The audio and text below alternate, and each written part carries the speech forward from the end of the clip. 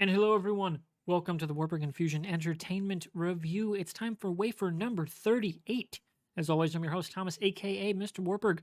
And as usual, along with me, tonight is my co host, Patrick, aka Mr. Fusion. Greetings and salutations, everybody.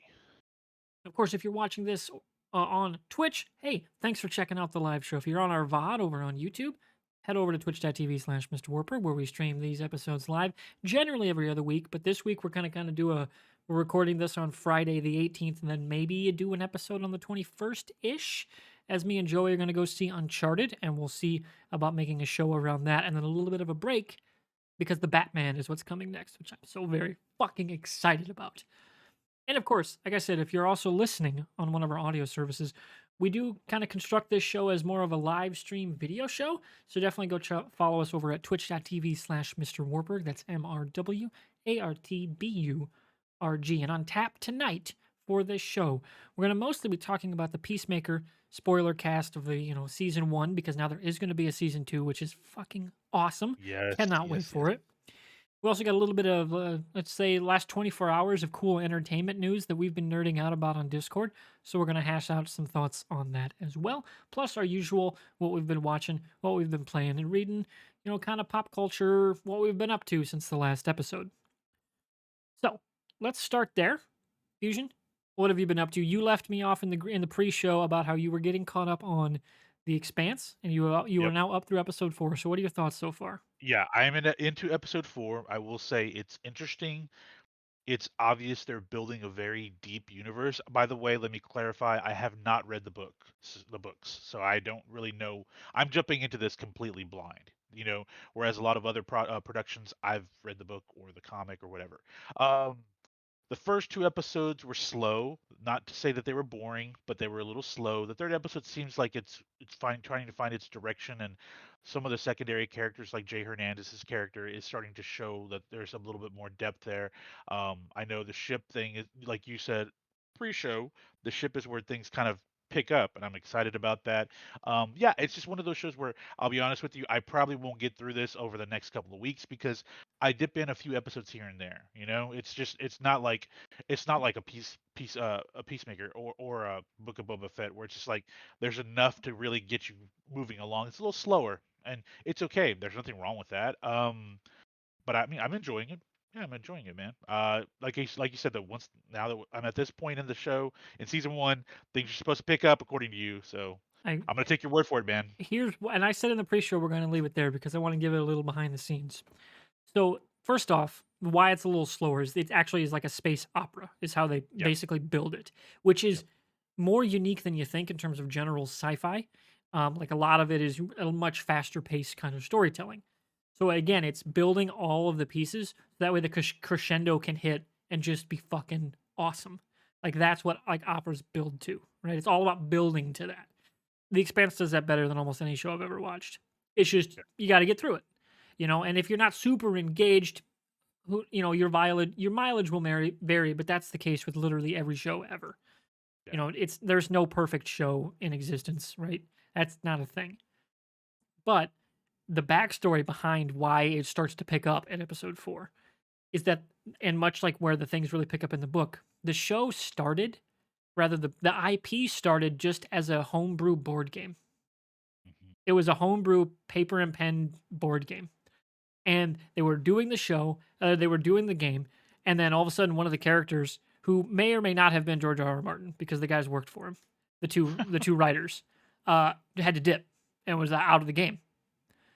And that's the have you gotten to what happens to the doctor character on the ship? Uh, The bullet going through the ship yes, yes, when yes, his head yes. goes right? Yep.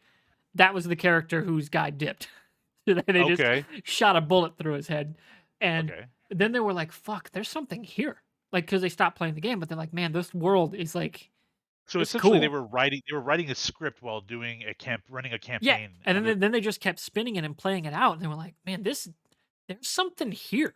So then they started, really getting into the science of like how to show, this progression of both the technological and political side of this universe and play it Yeah. out 500 plus years in the future. Like, where are we gonna go? And it's just every step of the way they nail like what might happen, and it feels so believable because it's like the engine is a theoretical design that like we might one day do something similar in terms of how to actually traverse our own solar system, right? Yep. Yep. Like the it took me a while to wrap my head around this, but the way they do gravity in the show is a perfect example of like the slow nature. The the ships are all skyscrapers tipped on their side. That's how they're doing gravity. It's complete and total, always powering on. Like it's Hmm. constant thrust to generate gravity. So Yeah. essentially, you're standing perpendicular to the engine. Like that's how they're doing it, and like that's so unique in sci-fi to show it physically. Well, no, it's it's Like it's it's it's relevant awesome. science.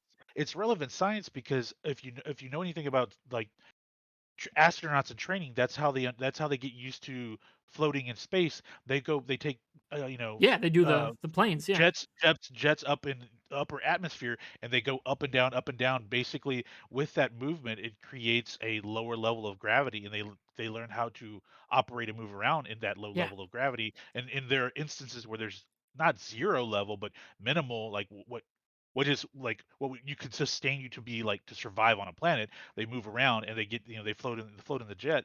So yeah, that's applicable science. It makes sense to think yeah. about it like in that regard. Like, hey, we've advanced, but we still have a primitive approach because we haven't jumped to that Yeah, like this hurdle ain't yet. Star Trek, you know? Like Yeah, we haven't solved faster than light travel, not you only know? fashion life travel, but transportational Yeah. like beaming. Like and we Like, don't have like there's no replicators. Like it's not a resource free environment, you know? yep, Like yep, and I love that about that world that they built. And so that when things crescendo, it's just banger after banger after banger of episodes. yep. Like I did that podcast a few weeks ago with Christian. We were like, man, yeah, seasons 2 and 3 just feel like every week could be a season finale. Like it's incredibly well paced. Once like all those pieces come together, and then they just pull that ripcord and it just fires off the engine. It's incredible. It I feels yeah. the way you're describing it. It feels a lot like Breaking Bad. That first season of Breaking, and I don't know. Did you ever go I through the got entire through season? season 1. I never finished Okay, the show. okay. I just don't have Well, time. I need to get well, through there though. yeah, here's the thing with Breaking Bad. That first season obviously was in '08 during the writer's strike, so it had they had a lot of construction in terms of the writing of like changing on the fly and things because they were short staffed with the strike. But that first season is very good, but it's slow, which is like The Expanse. Season 2 picks up. Seasons 3, 4, and 5 are just bananas, off the wall shit, right? That's what it sounds like with this show. Like it Yeah. sets up the table, and then when we get to the crescendo, let's just let the band play. Like at full steam, at top volume, let's go. And that's probably what's. I mean, it sounds like that's what we're gonna have here. Yeah. So I'm very excited If about you that. ever But get to those points, I'm very excited to see like your reaction to some of the coolest things I've ever seen. It's purely CGI, like how they do the ship battles and stuff, but like it's just sure.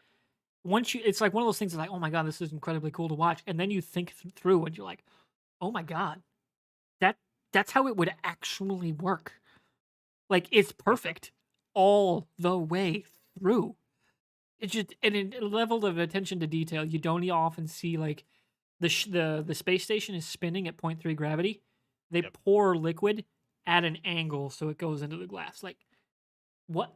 And then Yeah. What what the you're like I. yeah, and then you have to think and then it clicks and you're like, oh damn, Yeah. that's That's one awesome. of the that's one of the first things I was like, "Oh, that's interesting," when Thomas Jane's character is pouring Yeah, he the pours the booze whiskey. into the Yeah, glass, yeah, but it comes at an angle, but it, like, ramps itself down because of the way yeah. gravity Like of operates the in that spun up space gravity. station. Yeah, it's like God. I just love that show. So yeah, working on The Expanse, dipping into 24 here and there. Went back and watched an oldie that's very underrated, The Prestige with Hugh Jackman. Like, the Such a star-studded good cast. movie. Oh, Such a good movie. We get like that spin, like that whole spin on history with Nikola Tesla, things with like and David Bowie. Are Edison you kidding with me? David, and he was perfect in it. He was Yeah, perfect in it. Um, the misdirects because it's a movie about illusionists and the big science thing and the big reveal at the very end about the whole prestige and the what is the yeah, transporter man. So very underrated movie. Of course, it's got a star-studded cast when you really look at who's yeah. all in there. It's one of Nolan's Rebecca best Hall, works. Yeah. Rebecca Hall, who is a very underrated actress. I think she is brilliant. Scarlett Johansson's in there, of course. Michael Caine, like I mean, like you said, David Bowie's in there. Andy Serkis is playing like a side character, and it's like Jackman and Bale, yeah, Dale just are just unbelievable, man. Just great movie. Yeah, it just popped up in my feed on HBO Max. I'm like, you know what? I gotta watch that movie. yeah, That's one of those movies where whenever you see it on the screen, you're like, I'm watching that right now.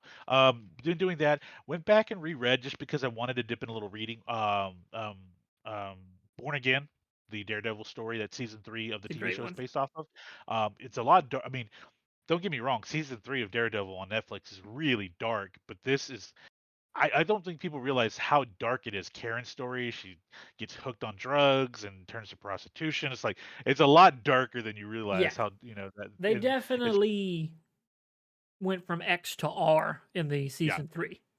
yeah, yeah. So, just been doing that, man, playing Halo. Just I haven't been dipping into a whole lot of video games. Hopefully, maybe even this weekend, I might jump on the new Horizon Dawn expansion. So we'll see. Um, I did play it on the PS4, the original version of the game, the Game of the Year edition. So I think I might jump into the PC version here because I'm told the PC version is very fluid. Yeah, I heard it So was a really good port. That yeah. and God of War were just 2 really good ports. Yeah. So Yep, I'm probably gonna jump on that, at some yep. point. That's Maybe not this holiday weekend, maybe next weekend. I don't know, but that's something that's on my list. I want to start jumping into Horizon yeah. I again. I really enjoyed the first game. I'm toying with if I should buy the game now, the new game. What Came out today or Forbidden the other West? day. Maybe is that what Forbidden it is? Yeah. Forbidden West. Yes. Or if I want to wait till I buy a PS5 because I am gonna buy a PS5 sooner than later. Well, So supply is gonna be low for a while, man. It's I not know gonna get any better it's gonna be better for Xbox for because Xbox. Yes. Microsoft can move more money than Sony Yep. can. Yep. That and their global supply chain is way bigger because of the PC market space. So they can allocate resources more efficiently just because of their sheer size.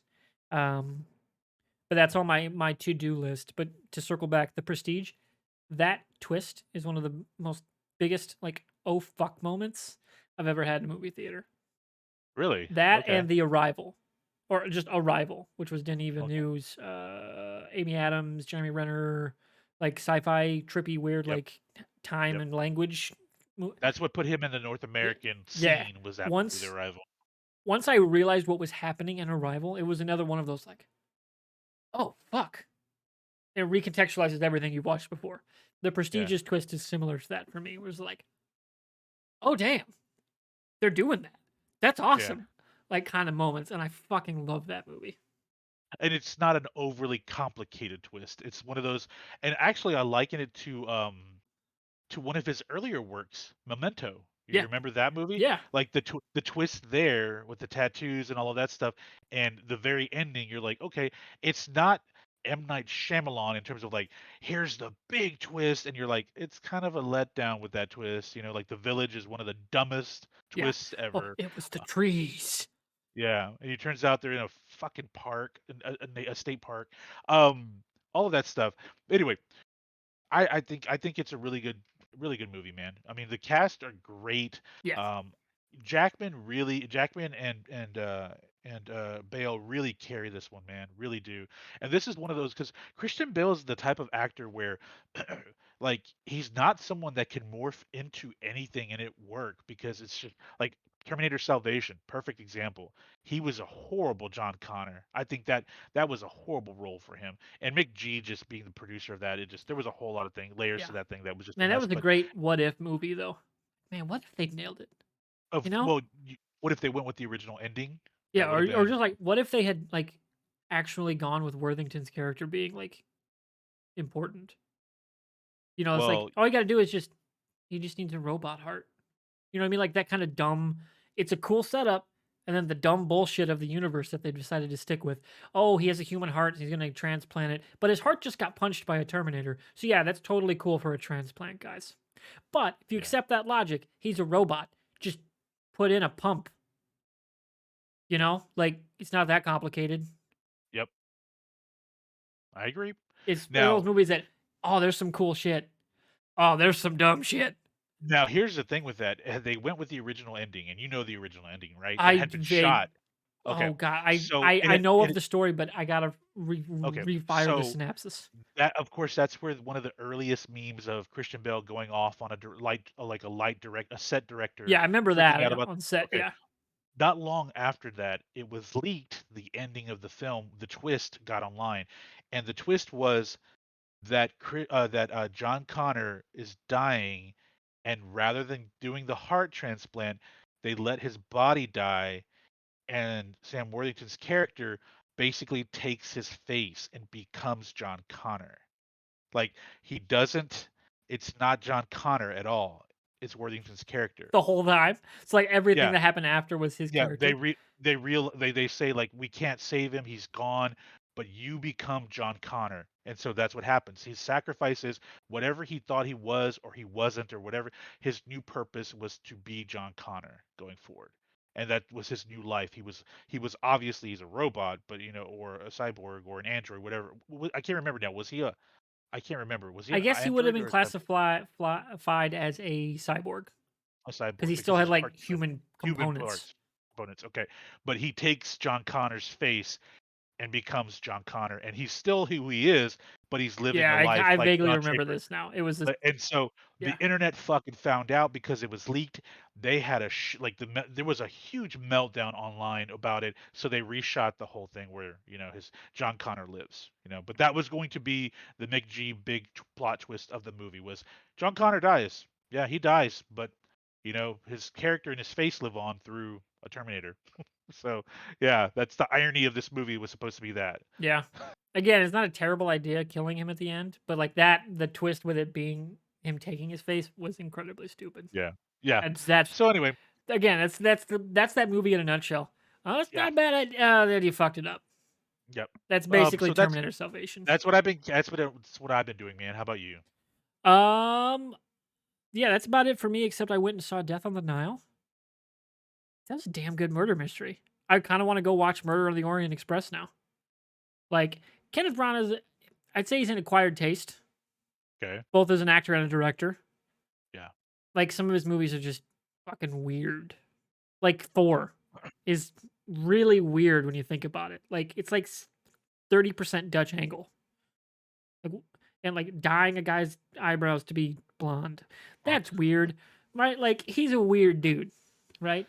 But Yeah. his performances as an actor can be fucking awesome sometimes. And his like main like detective neurotic like Hercule Poirot like just a big, over the top mustache kind of character. Fucking great. Like and I did not expect them to like give the mustache backstory. Like they leaned into it and it was awesome. So I was very happy with that movie. It is definitely I would really recommend going to see this particular murder mystery in a movie theater because like I don't know if you'll ever see one that's shot like this again because it was all done pre-COVID. A lot of the murder mystery stuff we're getting now is like Apple TV. Like it's Yeah. made in a more confined environment type of space whereas like man, some of the shots that they get in this movie are just fucking beautiful. Like and like the best way to watch that kind of thing is a movie theater. So like it's definitely a perfect, like go grab lunch, go see a matinee kind of movie. And like that's not a negative. Like that's exactly what this movie is. And it nails it. It's like that's the best review I can give it is it knows exactly what kind of movie it's be. It's not, prestige top of the thing ever, but it fits that niche perfectly. And I love it. So I have to ask this question because from the trailers I've seen, I've been very intrigued on Russell Brand's role in this. Like, It's pretty minor. is it minor? Okay, because he has he doesn't look anything like himself. Like he's a completely different look in this movie, and I like his I was character, I was actually. kind of curious if it was like he went completely method acting for this or Yeah, like not. there's not really beyond Brana's character and up to a certain point a few different characters. I mean, it's a murder mystery, people die. I don't even know if there's really a lead beyond Perot, Brana's character. Uh-huh. Everybody kind of gets their own, part of the story where they kind of weave it in and out, which I really liked. But yeah, Brand his character I actually really liked. So, it's a good movie. I went and saw it, got a haircut. I was like, you know what? Movie starts in 20 minutes. If I go, fuck it. Grabbed some Taco Bell and went to the movie theater. It was a good time. Nice. Quite Nice. enjoyed that evening. But yeah, that's more or less what I've been up to. Plus, keep playing Skyrim. I'm level 70 now. I did record getting to level 69. Nice. Absolutely had to. Okay, we've been talking long enough. Yes, It's let's time get to into get it. into the meat and potatoes of the episode. It's time to talk Peacemaker. Season 1 is now in the books as of yesterday for us. What are your thoughts overall on season 1 for Peacemaker? I'm gonna call a deep shot here, man. It's one of the best superhero shows I've watched in a while. There have been some really good superhero shows, not gonna lie. You talk about Loki, Daredevil. I'm talking about in the last 10 years. This show has been one of the best. And this had so many layers to it that I didn't think they were going to be there. The acting's great, the storytelling's great. Of course, James Gunn nails so many things, and he creates a universe for a Deadpool-like character in DC, and they obviously are signing on to it. They're signing on, and the other thing is that I'm going to give him credit, even though I mean, I never saw him on the screen. John Cena was unbelievable. He was unbelievable in this. Yeah. Just great. Yeah. I mean, that Invisible Man doing a Motley Crue piano cover. I mean, come on. Wow. Yeah. Just watching a vibrator floating in the air. Yeah. Yeah. It's just weird, but it worked, man. No. Seriously though, John Cena was really good. And if the other thing about this is that he plays kind of a quasi stiff character for a reason. And people call him like a kind of a milquetoast personality, I guess. I don't know. But you sent them to me today. When you watch the outtakes, all of that is him ad-libbing, and there's some brilliant shit in a lot of the stuff that he like when he's jumping, like throwing out there a list of names, and making comments about random shit. Apparently, all of that stuff is ad lib, and there's some brilliant one-liners that did not make the cut, and it's Yeah. just like, fuck, Gunn is one of like this those guy, kind of directors where you just go until they find the yeah, take they want, you yeah. know? But you could tell they all begin like they were having a blast during the show. Everybody was, on the cast. So I think I'm so excited that we have a season 2 coming out. But I will say yes, it was one of the best superhero shows in a long time. Yeah. Like for me, that list, I think in terms of like what is the best Watchmen Yeah. season, like the Watchmen miniseries. I mean, Yeah. it's on HBO too. Like that might be the best period because I mean, there's just pick a fault with that. I dare you. Like that's Yeah. it's it all is just like this perfect like entangled knot that turns into this awesome bow at the end. It's fucking great. Love that show. Ca I'm almost sad we never got a follow up to it, but also it's perfect on its own. And it's one of the things I loved most about like superhero television in general is like that we get shit like that on top of like just crazy ass like Harley Quinn the animated show. Like Yeah. the genre can do so much cool stuff that I love. Like this show is just a fucking riot. It's like Yeah. I think the best word you could use to describe this show. It's just a riot. And the finale was just so good, man. So good. Yeah. Just absolutely like once the plan comes together and they start going through the motions on all that stuff, and then all of a sudden it slows down to this like super awesome human moment with our main character, who they've managed to make like a likable guy, Yep. despite all Yep. the crazy shit he says, Yep. how he's acted, what he's done, like who he's killed. He's still a likable guy, which A, great writing, B, great performance from John Cena. Like those go hand in hand. And that moment with him, like the words activate human torpedo. Like when he says it, you're like, it's like a fist pump moment. Like in an emotional beat kind of way, which I never expected we'd get out of this show. I Yeah. figured it'd be fun because it's James Gunn doing a raunchy ass comedy on HBO. I mean, that's going to be fun no matter what happens. Even if it's not like the best show ever, it's going to be a good time. This turned into one of the best superhero shows ever so far. Yeah. You know, because it all of those various pieces, like your great performances, Gunn just having carte blanche to do whatever he wanted. Like the story he has told about the cameos at the end of the show. Like, yeah, it was in the script, and they signed off on all of it. I don't even know if they fucking read it, but they did. And But and the one you're actor was like, "I'm in," so we Yep. did it. Well, hold on, don't forget the big part about that cameo. Which one? That was that was filmed on the Guardians of the Galaxy 3 set. Yes, that was because I mean, they had the Peacemaker crew had helped film yep, something for Guardians. for Guardians.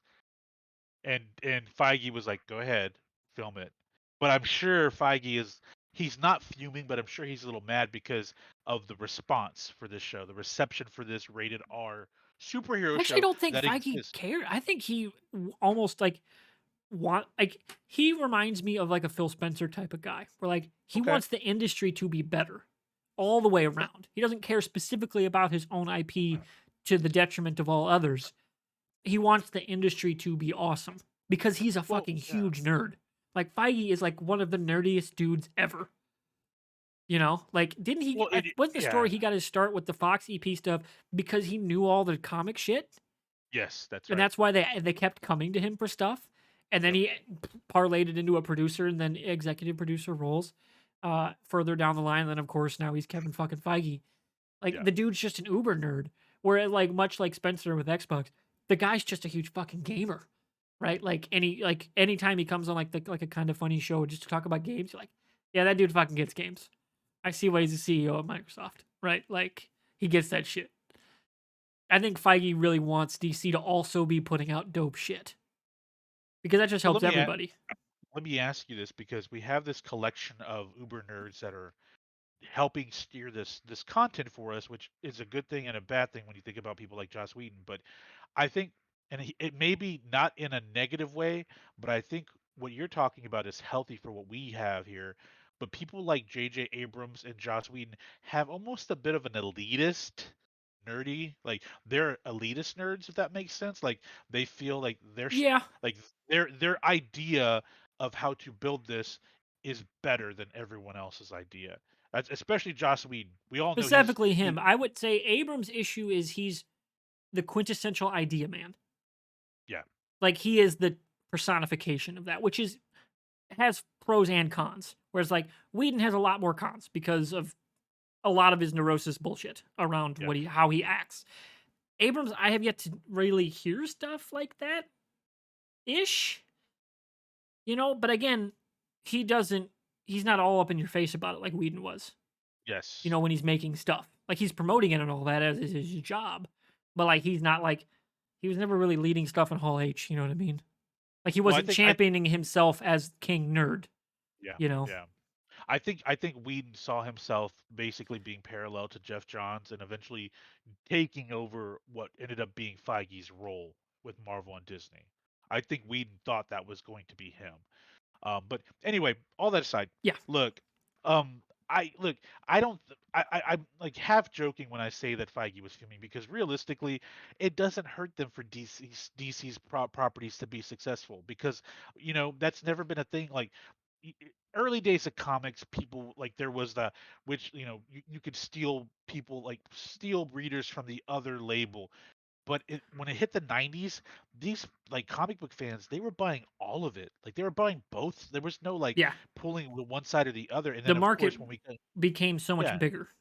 yeah, and it just not only did it become bigger, but it became fluid in that the market itself took a life of its own, and it's still that way when it comes to the production value, like live action content and animation. So I don't like. You're right. You're right.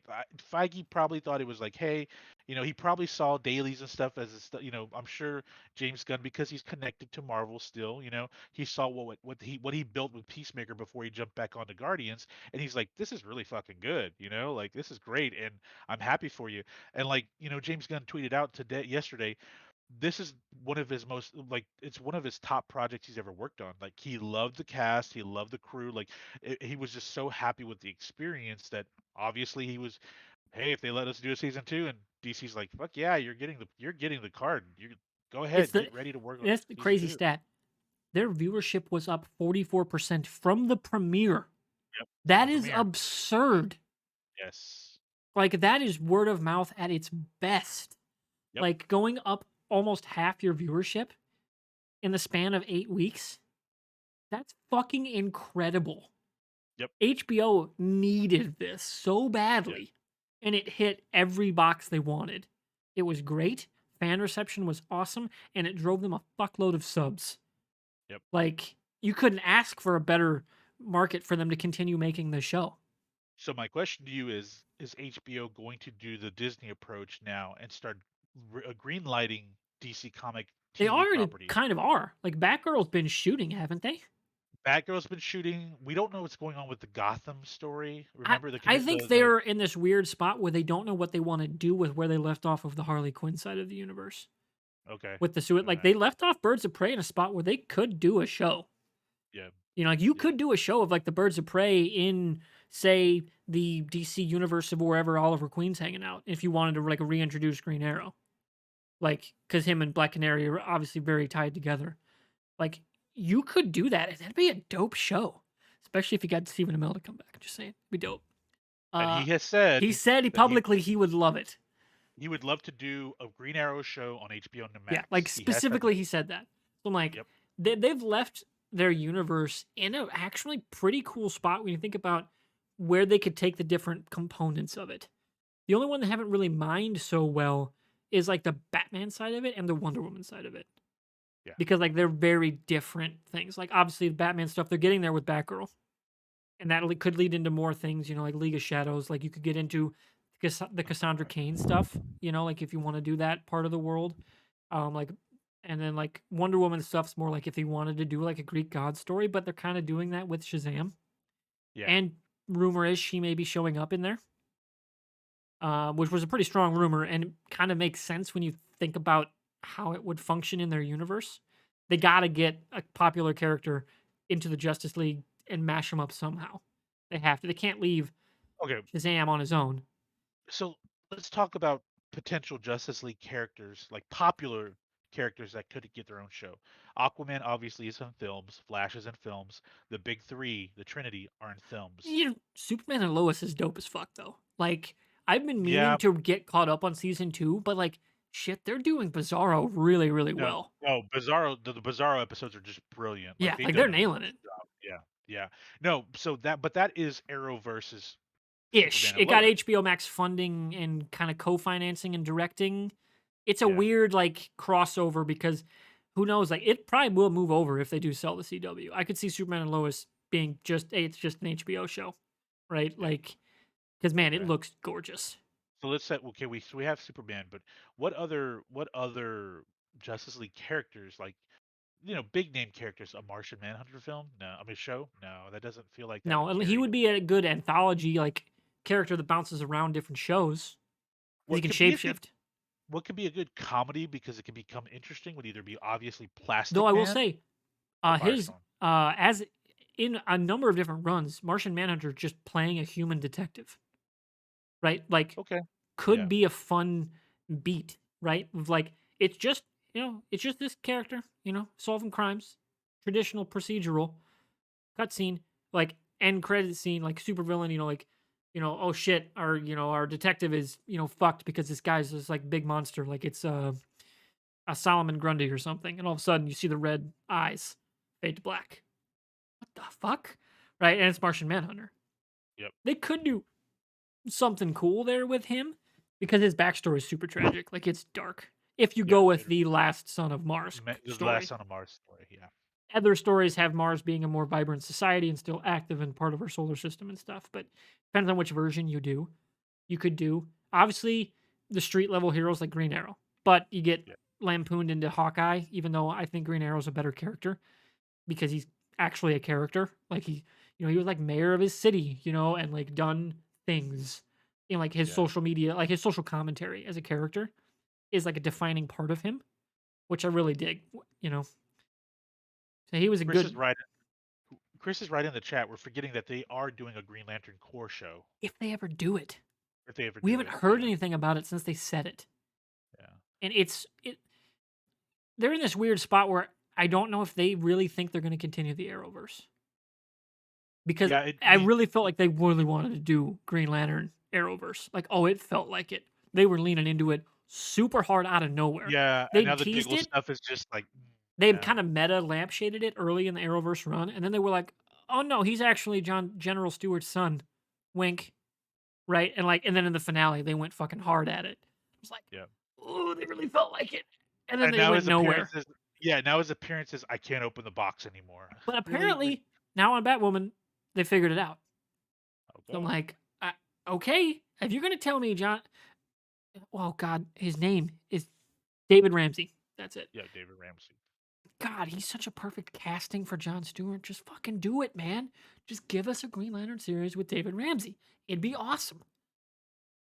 Now, a problem we have also is that Stargirl is an active show that's Another still in one of those. production, but no one really watches it. Like, it's Yeah, not that it's weird. popular. Yeah, it does. It never took off. Yeah. Legends is Legends. They're gonna have. I think they're gonna wrap up here soon. But Yeah, Legends you're is right. on its tail end. With Flash, I think if they didn't announce season eight's the last season, obviously Gustin would have announced it was his last season. So, but I really feel like with Supergirl being shut down, I think Black Lightning's on its last Oh, leg. it's I done. think that Black Lightning's done. it's did it completely But wrap the up? he Okay, I he has didn't. showed up in a couple different episodes of The Okay, Flash. the He would Flash from be the an beginning. awesome Jon Stewart though if they ever did a movie. Crest Williams would be an amazing Jon Stewart. But Well, he's like in his 50s now too, when isn't when he? they when they brought in him as Black Lightning, I was Oh, like, oh man, he would have been so good as a Jon yeah. Stewart. Ah, he'd have been We're perfect. Honestly, man, I think they're doing a movie. It probably should have been a show with Static X. I Yeah, think that would have been a Static should have character been to man. That'd have been a show. perfect CW show. Yeah, Would have been perfect for him. I can't believe they yep, never did it. I can't believe he yeah, never showed up on Black Lightning. That was one of those crazy. I really want because apparently they were talking about doing a Static movie, right? Yep.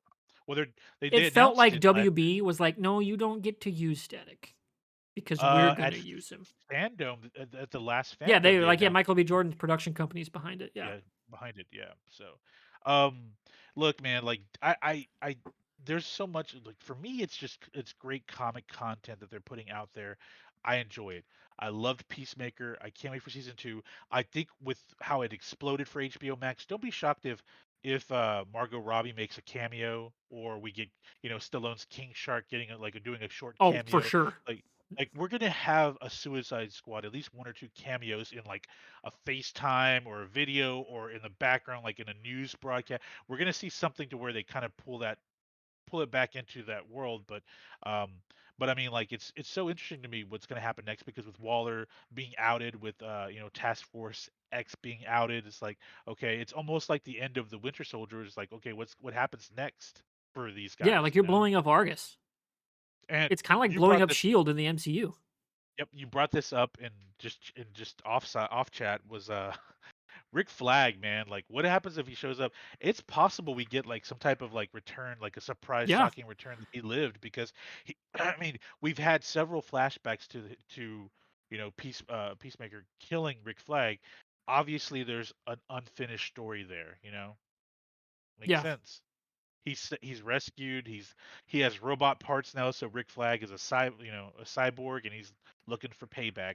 And Peacemaker has turned fully to more of a hero than he is a vigilante, like anti-hero, and now he's got to deal with the repercussions yeah. from that. I would With love that, it if Rick Flag showed up in that kind of like secondary antagonist role, much like Peacemaker's father served this season.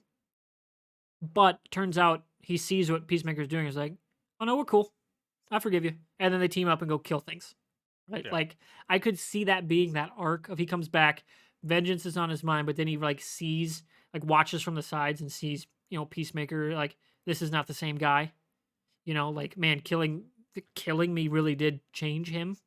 Like yeah, that kind of thing, and go like, man, oh, cool, fuck it, let's go save the world. And then they do. yeah, Like I could see that being the arc of just I'm over it because it's James Gunn. Like I could see that being the thing because you got to imagine Gunn's going to be involved in season two. obviously, I mean, obviously, HBO's hoping so yeah, because that was the magic of this show is that it was just Gunn's like sitting on the couch, like, man, I just thought of the entire show in like a night, and then they were making it in like a week, like that whole like, oh yeah, we just like fuck it, we made it, and then it was all the way done and in the can and edited before we told anyone. Like, holy shit, that's amazing. I fucking love that shit. Like how they managed to pull that off is crazy. especially in the middle Yep. of all COVID. Like even pre-COVID, that'd have been crazy. But Yep. during COVID, yeah. Oh yeah, we're on Kimmel. Oh, by the way, season 1 of Peacemaker is gonna be out in January, and it's done. Like, what the hell? I can't wait to see how they announce like season 2. Like, that video is gonna be nuts. Do we get? Is the teaser for season 2 just the new credit scene? I mean, obviously we get an updated intro, Oh right? yeah, we're We gonna get have to another choreographed intro for because sure. a lot of those people, a lot of those characters, let's just spoiler part, they die, so we're Yeah, gonna have to get an die updated very intro. gruesomely. Yeah. Some of the kills Oh are man. brutal.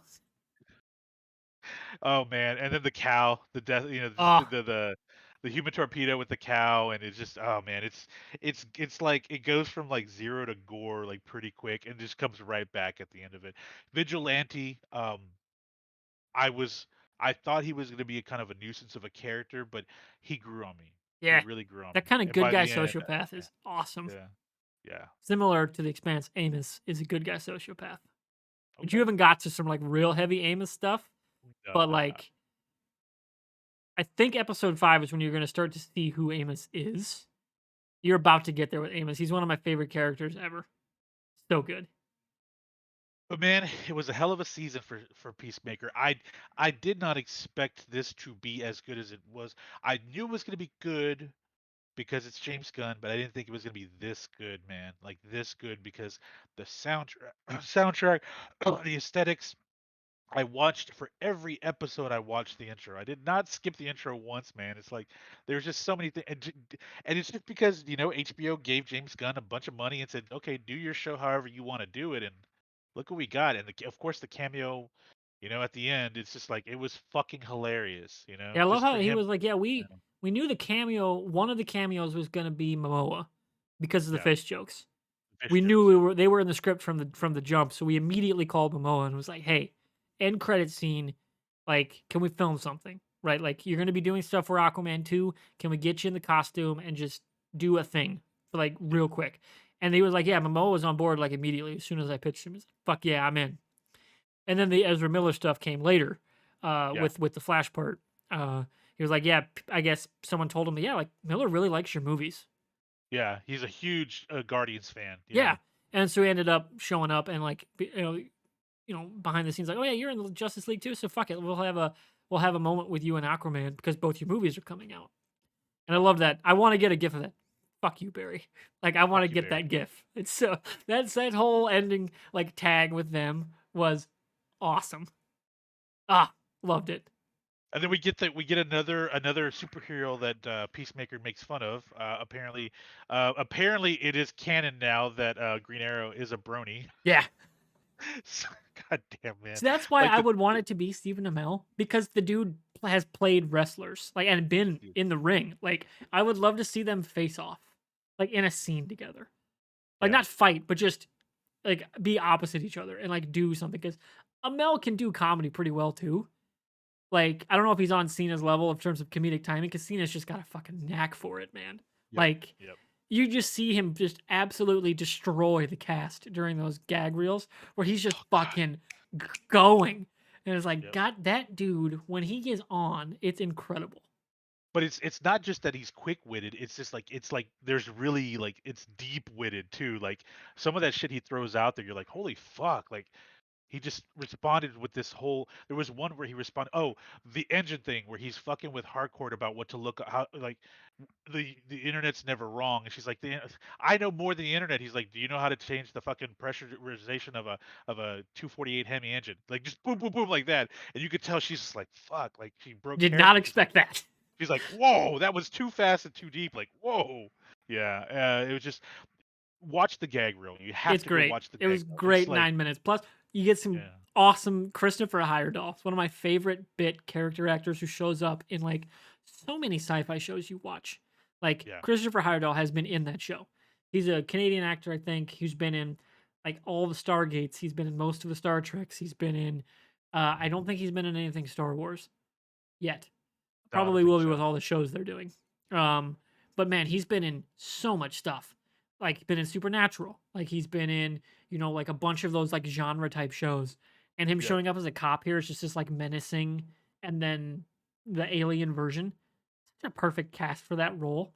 Cause he's a big dude. Like Yeah, he's he's that kind of like tall, I will murder you in your sleep kind of like vibe to him normally. Cause he just moves that way. And then you throw in, like you're gonna be this like doing like goofy stuff. Man, he's great as that. It's just like a bit character.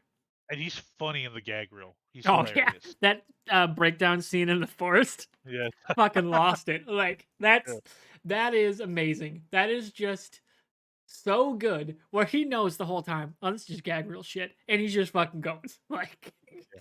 I love that shit about making content and just like making shows and movies. Like, some of my favorite stuff is behind the scenes stuff. Just things like Oh that. yeah. Oh yeah. Yeah, man, really, really a great first season. We're gonna get season two. I'm hoping schedule permits, we get a 3 season show out of Yeah, this. I think 3 seasons should be enough for this. Like we don't need to go deep, and then HBO pushes if Gunn doesn't want to do it, they have bring someone else in to push it. So I think you could tell the Peacemaker story in 3 seasons and be done with it. But and that's enough. I think that's enough because what Gunn's doing, I have the utmost confidence Guardians 3 and the holiday special, which is supposed to be this year, right? Yeah, this yeah. Christmas. This 2022 Christmas. Yeah, it's going to be good stuff. So, yeah, man, I mean, I've enjoyed what James Gunn's done for, comic properties. He's done it's just been good stuff. Yeah, Good time. Steven Good Soderbergh clearly not watching anything James Gunn is doing. time. If you're No. saying no one's fucking, like, I like that. Like, Soderbergh stated that online, and and then then Gunn was the first person to be like, tweeting out gifs of the hello, show. Like, like, I'm right here, guy. What's up? yeah, like, yeah, James Gunn is, man, how he can just make these things so damn likable Yeah. while being so fucking raunchy Yeah. is almost unparalleled. Like, he would be a perfect, like, I would love to see this, like, mad at, like, what mad shit would Eric Kripke and James Gunn come up with superhero stuff? You know what I Oh mean? shit. Yeah. Like, what could they do? I'm gonna tell you a property. I don't know if you've ever read it. It's very dark, but it has the ability to be funny if it was done right. The Darkness. It was a '90s comic written with Garth Ennis and Mark Silvestri. It's about a guy. He works for the mob, but he finds out on his 21st birthday he comes from a very deep dark bloodline, and he inherits this power called the Darkness. And the Darkness basically makes him invincible, as long as he's operates within the shadows. He controls these demons and these monsters and these constructs to kill people. So he acts as a hitman during the daytime, and at nighttime he becomes this character that does some really fucked up shit. The counter to it is the Witchblade. I don't know if you've ever heard of the Witchblade, which is like this holy type of weird organic armor, and this one character, Sarah Parazzini, she's the wielder of the Witchblade. But anyway, so it's like this whole light versus dark, the dichotomy they built. It's what brought Top Cow was the comic label that produced it, and it basically was an offshoot of Image. These group of Image workers, they wanted to do their own thing, but then Top Cow let them do it under their banner, so it was Image Top Cow. But then they were able to just completely break away as Top Cow. And over the years, the Darkness has had crossovers with Superman, with Batman, like with the Terminator. Like they've done these stories, and they've been very good. But I think it's such a weird character that Gunn can make it work. Like he can make it entertaining, man. Yeah, So that'd be that's cool. just me. That'd be Yeah. cool. I'd love to see what's like the next like IP they take on. Yeah. That'd be dope. And he's thinking about it because now he's not under contract with Disney for films. Yeah, So yeah. this is gonna be cool to watch. And Believe me, that's he's and done. that's He's done a lot. what's funny now that I say that out loud is like he wanted to do this Peacemaker show, and I'm sure DC was like, "Well, wait, you still have one more movie to do with Marvel." He's like, "It's a TV show." I could picture him telling DC Warner Brothers like, "It's a TV show. That's not in my contract. It's that I can't do another film, until a superhero film until That I and like that, finish and I can do it in Guardians." 8 weeks. Yeah, Like, that's fucking crazy, man. They filmed it in eight I don't know if weeks. it was exactly 8, but it was like, man, they filmed it fast. Like they wrapped on the Suicide Squad, and like they jumped right into Yeah, the Peacemaker, I mean, it and doesn't have no as one many knew about it. sets. Like No, it's but fairly constrained because of a yeah, lot. I imagine a lot of it's due to COVID. producing new Yeah, content in COVID. But man, it's a lot. It was a hell of a show, man. Really, really great show, and I tell people, like, if you haven't watched it, you gotta watch it. If you like the kind of that rated R stuff, if you like the Deadpool, you're gonna love this show. You're gonna love it. For sure. Sorry, my phone is buzzing at me. Why is it buzzing at me? Uh-oh. Oh, I got retweeted by somebody with a lot more followers than me. Would you like to mute this conversation? Alrighty. Just a political take I had. Yay, politics. We'll leave it out of that for now. Yeah. Yeah, it's been Yeah. yeah, we'll keep this one a little shorter since it was mostly about Peacemaker and some news of the day. Yep. But yeah, gonna be dope. But oh, breaking news that happened today too. Last thing, and because Yes. it's will relate to content we're gonna make later this year. Apparently, Dragon Age 4 is coming in 18 months. Like, okay, so 2023 at Wow. some point. That's gonna be dope. And of course, Yes. I don't know if it'll actually happen. It may get delayed. Who knows? The point is, this summer we're gonna have at the very least Crofteria back on the show. Probably Yes. Yep. Jackie, maybe Chloe. If I can get all three, that'd be fucking incredible. We're Okay. gonna rank the Dragon Age characters. Oh boy. It's gonna be a lot of simping. Our S tier is gonna be packed. There's gonna be so many people in the S tier. That game is that universe is full of S tier characters for me. Like I can think of 5 right now across multiple games. Like that is like BioWare like to a T of let's just make dope characters and go. Man, there's so many. I can't wait for it. It's gonna be a great episode of the show for one of those like dead weeks where we don't have a lot of new stuff to talk about. That I'm very, very excited about. It's gonna be a great, great show for Twitch. Okay. Anything else you want to touch on before we get out of here? And talk, oh, well, not I mean, really get out of here. Play Halo. we'll play Halo, but for the podcast, Walton Goggins, we got to bring that Oh up real yeah, quick. Walton We Goggins is got to gonna bring be the lead of the Amazon Fallout show. this. Oh, If there was, if I'm so happy because, like you said, when Sci-Fi gave the Expanse over to Amazon, it really shifted into another gear, right? Because of production value. That was great. Incredible, Invincible, The Boys, like the Amazon is understanding what it takes to really jump into a superhero IP, and really keep it to what it was, its roots, but really grow it, right? I'm happy about this. I really am. I hope Bethesda has the right people working in conjunction with Amazon for this. I I really mean, am. one of the EPs is Jonathan Nolan. Okay. Like they got Yeah. people working behind the scenes that like know how to make sci-fi like Yeah. in that kind of style. Obviously, this is more tongue in cheek, meta.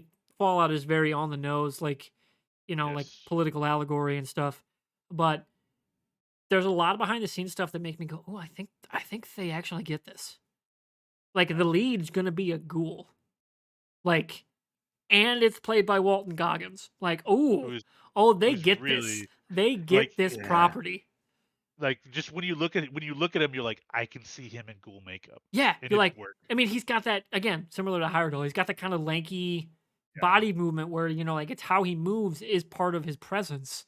And it's his eyes. Don't forget, Yeah, his like eyes it's tell a lot. yeah, like he's got that kind of that screen presence that lends itself to it. It's why he can Yeah. blend into so many different roles. Is because he's that kind of actor. Like, man, you throw him in the Fallout universe as a ghoul. Oh man, we're gonna get a hell of a show with that. And Chris, yes, we believe it has to be centered around the Capital Wasteland, I think because so. that is to me, that was the deepest story you can tell was in Fallout 3, Yeah. because of the Capital Wastelands, like the whole mythos of the DC area. I think, they tried to do it with the Commonwealth, and they did a good job, but it just wasn't there. Like, you could tell, like, they can only go so low in terms of like the mythos, whereas the Capital Wasteland, there's just so many different things Well, that Fallout they 4's created. problem was too big, almost. 'Cause the lore, like they don't dive into the dopeness of the lore. There's a lot of They cool don't. lore in the Commonwealth, like Yeah. the Commonwealth Congress and stuff. That they just like Yeah. the synth destroyed it. Like that's dark, and Yeah, they and don't really touch on it. the Yeah, underground and all of that stuff. But and that's the it's underground surface is level. Yeah, a it's surface really level more surface story. level as opposed to 3, which was like a just like a straight deep dive into this like one little sliver of the world. Yep. Yeah, which I dug. And really the main story at the end of it, you're just looking for a fucking geck, like, but like you get caught And up in your just dad, so, and you're and looking your for dad, Liam Neeson. and Okay, you're looking for Liam, okay, but there's just so much depth to what's going on in the wasteland. And hey man, we got a really good lead. I need to know who Three Dog's gonna be. Like Fuck yeah. once I Give me Three once you Dog. cast, it may even just be the guy that I I forget the want voice I actor want that the played Three the Dog. ti the teaser for the show to just be a radio ad, and it's It's Three Three Dog. Dog plus Yes. the 1950s music, and then you do the 1950s music over the shots of the show, and with like a Three Dog narration. Give me that, So it's and I'm fucking sold. Sold. so it's Eric Dellums was the voice actor that played Three Dog. I say just have him do it. Have him be Three Dog, man. Fuck it. Just have him be Three. Yeah. I mean, we don't even have to have somebody cast Yeah, as you don't like he doesn't the need to be person. on screen. He can just be like No, you hear him out of a radio. Like and he that'd talks be to you. He talks awesome. to you on the radio. Like there's stops where he talks to you back and forth on a radio. That'd be dope. For information. Like yeah, let's just have this mysterious Three Dog. Let's Okay. just do it. I'm going to save my pitch for the post show. So if you're watching Okay. this on YouTube or you're listening on a podcast service, we are live over at twitch.tv/Mr. Wartburg. It's MR Wartburg, like Wartburg College with a U in the Berg. Head over there, watch us, follow us there so you can get caught up on my awesome Fallout pitch later. So, Yes. for that, we're going to wrap it up here for episode number 38. We'll be back here in a few days to talk about Uncharted with our buddy Joey, who's going to go with me to see the matinee. And we'll see, hopefully, if it's at least not a terrible movie, or we'll rip it to shreds. Yeah, Who we'll knows? see. So thanks everyone for watching. I know we've had Chris. I've seen a few other people bouncing around in the chat as well. Thank you all for watching live. Stick around if you're watching. We're gonna, of course, give my Fallout show pitch and what I hope it is, and then we're gonna talk some more as we dive into some Halo Infinite multiplayer. Dude. Peace. Later.